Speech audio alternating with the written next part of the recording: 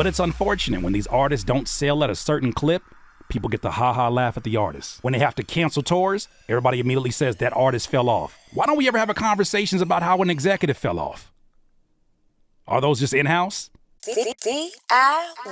DIYers, I recently saw a video pop up on my timeline on YouTube, Fantastic Hip Hop. The one that they covered in this particular video I thought was really, really interesting because it talks about how streaming services are destroying the music industry. Now, wait, before we get to the clip, I know there's some of you that are like, oh my God, it's more doom and gloom. My question to you is doom and gloom for whom? Not for us independent artists. I hope that you're seeing the time that we're living in and you take advantage of it instead of being here 20 years from now and saying, damn it, I wish I would have did more. For music listeners, streaming services have made consuming the songs we love easier than ever. For a reasonable monthly fee, you can listen to every piece of music from Beethoven to Travis Scott, and that's amazing. Having the entire canon of music right at your fingertips is a gift that we are lucky to have, but beyond the convenience and comfort of platforms like Spotify and Apple Music, there is something much shadier going on behind the scenes. As beneficial as streaming platforms are for music listeners, they do not treat our favorite artists fairly at all. Artists only get 0.003 to 0.005 of a cent for a single stream if they're lucky. So when I saw this point, I was like, okay, are we going to just recycle the same point that we always hear about streaming? There is no mystery about it. I've even heard people who are attached to these streaming services say, we haven't got the model all the way figured out. But where this video really gets it right is this next direction.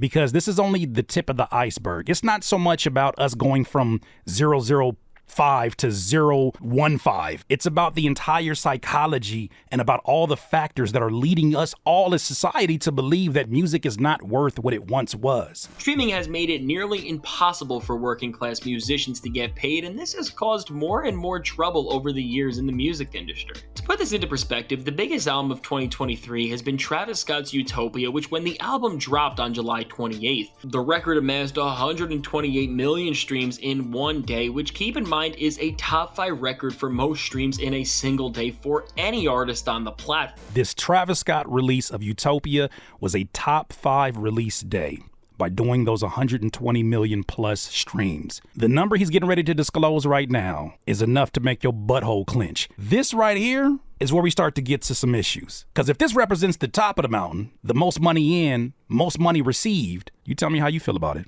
What this means is that for the biggest musical blockbuster of the year, Travis walked away with anywhere from $384,000 to $640,000 off opening day streams. Somebody gonna have to tell the truth, and I'm gonna tell it. The average human being, the average musician, the average independent artist will be like, that's a hell of a day right there. Perspective is everything though, because you know that a Travis Scott's budget, especially when you see the visibility of a project like this via the ad revenue, via the placement in different TV shows, the budgets of music videos, and he's going to talk about some of the budgets of even the features. You know, the overhead to create this and to give the illusion of this being a top tier experience that everyone must experience costs millions of dollars, right? While this may seem like a substantial amount of money, when all the costs of putting an album together that's marketing campaign had an entire feature film and had artists like Drake and Beyonce on the feature list, this is really not a lot of money in the grand scheme of things in the entertainment business. Drake charges over $1 million for a feature alone, so you can see the problem with streaming services. Compare the music industry. I can also see the issue with a Drake feature if you don't have a huge budget.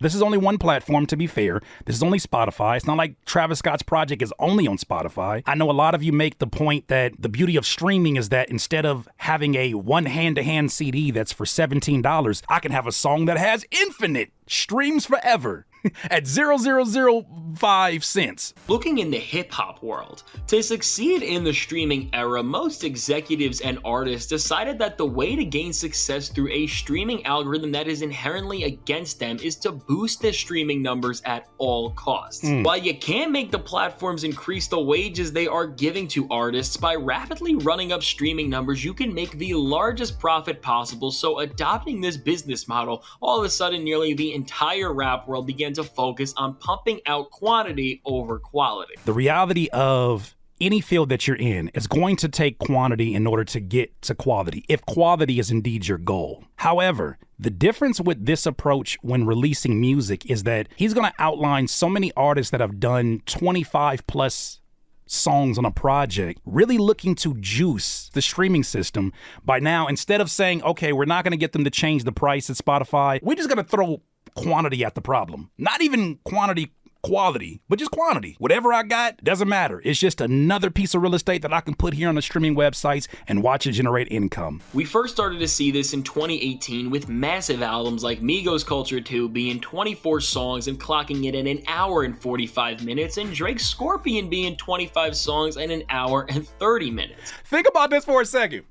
So he uses two examples of artists that have tried to figure out a different strategy of attacking the income for their streams by throwing quantity at this particular issue. Now, in the age where they always tell us that attention spans are the lowest, don't you find it ironic that two major projects that came out during this time period, they're about the length of the average podcast? Migos, Culture 2, 24 songs, 1 hour and 45 minutes. Drake, 25 songs, an hour and 30 minutes. Either they know something we don't, or we've been maybe lied to. Some artists like Chris Brown would release albums that were 30, 40, and even 50 songs, which is just insane. You know the industry was facing a problem when artists were dropping albums that were as long as feature-length films, but despite how fans felt about the poor quality of these bloated projects, the sales figures told the industry that this formula was working, so from here on out, things would only spiral out of control. You can see this with a lot of artists who blew up around this time. They were able to break into the streaming algorithm, which caused for them to have rapid success, but just as quick as most of these artists came up, we have now already seen most of them fall off. Some of the biggest names from this wave include rappers like DaBaby and Lil Baby, who release new material so frequently that it quickly caused the quality of each new track to take a steep decline. It is a race to the bottom, ladies and gentlemen, with the music industry. When I say music industry, let me make sure I preface this.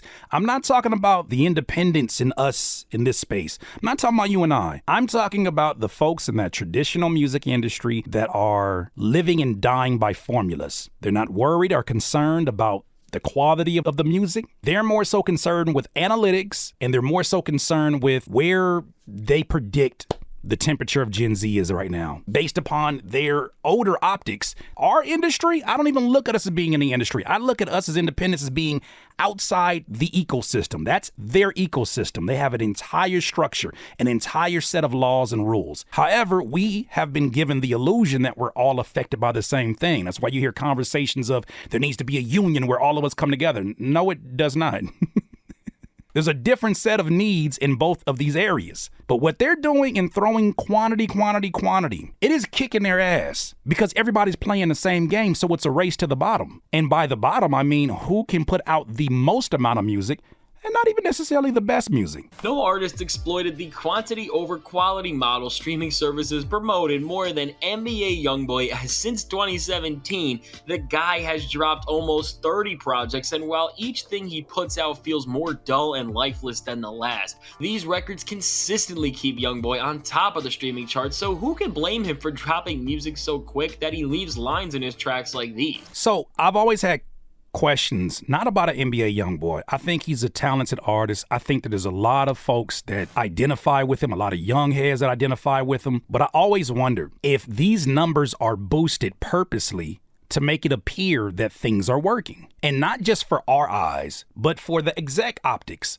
Are these numbers being farmed? Wouldn't it be in their best interest to show that these things are in the incline? Even if financially behind closed doors, they're on the decline. So I can only trust so much of what we see in terms of first week sales. You got to take that with a grain of salt when you see that, because you realize when you're looking at the charts, this is likely somebody who's in bed with the very same industry that is trying to protect their ass. A lot of rappers are simply putting music together that just checks off boxes and meets quotas rather than offering something of value to listeners. And this is another checking off boxes and meeting quotas. Sounds like a job. When you started off as an artist, and I'm not making the assumption that everybody started here, but if you started off as an artist that was completely passionate about this thing, you spent those late nights creating these lyrics and writing these songs, coming up with hooks, trying to piece it all together, using your last dollars to put this whole thing together, and you finally get in a position where it's looking like you about to get caked out. You about to get some bread for that hard work that you did. You got a song that takes off.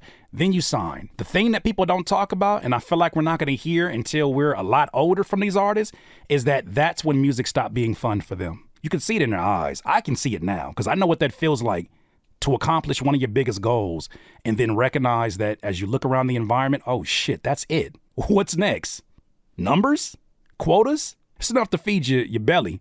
Not enough to feed the soul, though, especially if you're a true artist. With playlists holding so much power in terms of how many streams an artist can rack up. Fucking playlist nerds! The more that I spend time in this, the more that I detest the idea of a playlist curator. Not that anybody who doesn't make music shouldn't be able to make a playlist for themselves, but they should not, in my opinion, be dictating the culture, the relevance of anybody's music career. They should not be gatekeepers. In my opinion. I can only get so angry about that because it doesn't affect me, especially if my strategy doesn't involve, as an independent artist, putting my music on streaming first. Because that's always a choice. Music producers, rappers, and singers, are you looking to get some constructive feedback on your newest music? Joining Critique My Beats is super easy. All you gotta do is reserve a pass to critiquemybeats.com. Click on book a slot and choose if you wanna get 1 beat review, 2 beat reviews on our live stream every Monday. Best beat and best song of the night is going to win a cash prize. Join us at critiquemybeats.com. This has caused a lot of the music coming out in the mainstream to feel like it's made for an algorithm. From repetitive trap beats to the same dull subject matter that you have heard about 1,000 times and you are probably sick of, these songs that are made and pushed so hard to be on playlists end up doing nothing other than further pushing the voiceless echo of originality through the music industry. Shout out to the homie Stevie Crooks. We had a great conversation a few months ago just about the state of the industry, and he kept bringing up the artist named Basquiat. And he started just talking about all these artists throughout our time that have been icons, have been legends even till today. We still talk about them, right? Even artists that we compare our work to their work because they're the quote unquote GOATs. I'm sure that they went through their own periods of their art being compromised to a certain degree because anytime money's involved or investors are involved, compromising is going to happen, right? It's their money. It's what they're going to do. However, I wonder, in this era, how many of those people exist that have that Basquiat level of art, who are geniuses in their own right, that we only get to see operating at 10%, 15% of their potential? Because they're trying to meet quotas. Because they're trying to get on playlists. So fucking nerd on playlists decided, I'm going to dictate what's hot. Without having an understanding of the hip-hop culture, without having an understanding of any of the elements outside of rap. These are the folks that end up getting the opportunity to have a voice, and we rarely see their faces. It used to be preached that to make it in music, you had to stand out and be original to find success, but with the streaming rat race underway, it seems like the only thing being encouraged is to just blend in. With so many artists releasing these massive projects to boost their streams, and with artists only creating songs for a chance to get featured on a playlist like Rap Caviar, it hasn't just damaged the music industry by confining the creative borders between so many artists, but it's also saturated the market and continued to bring in genres like hip-hop diminishing returns as of late. You know why they want you to sound the same? You know why they want you to blend in? You know the reason why anytime you submit something off, like say you've paid for one of those playlisting, I know I'm all on playlisting, but say you've paid for one of those services and you see the notes they give you. The reason why they want you to sound like everything else within the playlist, it's easier to control you when you think it's a liability to be unique. Beyond the damage streaming is doing to the music industry, the streaming craze has completely lied to music fans, giving the entire world false impressions of how big their favorite artists truly are. As rappers like Lil Baby and DaBaby have over 30 million monthly listeners on Spotify respectively, you would think that these guys are superstars, household names that can move in any way they want, but this is simply not the case. Lil Baby had to cancel multiple arena tour dates because of low ticket sales, and in 2022, DaBaby was selling buy one get one free tickets like he was selling a McDonald's meal. Here's a take you wouldn't expect. I think it's unfortunate that these artists, as much as they receive their praise for the music when it's going well, I think it's unfortunate that they receive all of the blame for why those ticket sales did not go according to plan. The industry knows fans are going to immediately blame the artist, not the A&R, not Dave, an accountant, not the social media manager for these artists. No, they're not going to get the blame, even though all these factors play into how an artist is received, how they're marketed, whether these cities even knew this artist was coming, because we're bombarded by so many ads on a regular basis. I don't remember the last time I saw an ad for an artist coming to my city on Instagram, but it's unfortunate when these artists don't sell at a certain clip. People get the ha-ha laugh at the artists. When they have to cancel tours, everybody immediately says that artist fell off. Why don't we ever have a conversations about how an executive fell off? Are those just in-house? It's just something to think about the next time you see the tide changing and the society jumping on one of these artists as if they're responsible for every facet of their career. They're responsible, right?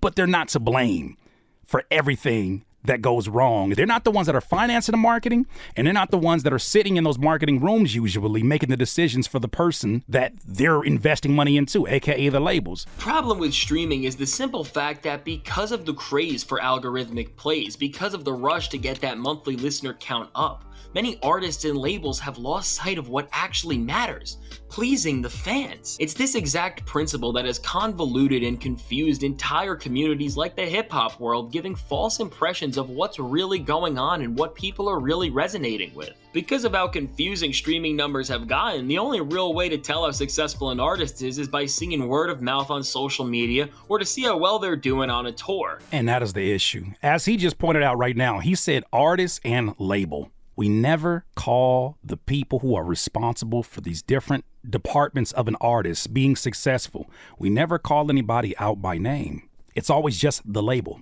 And you wonder why the labels survive longer than the artists.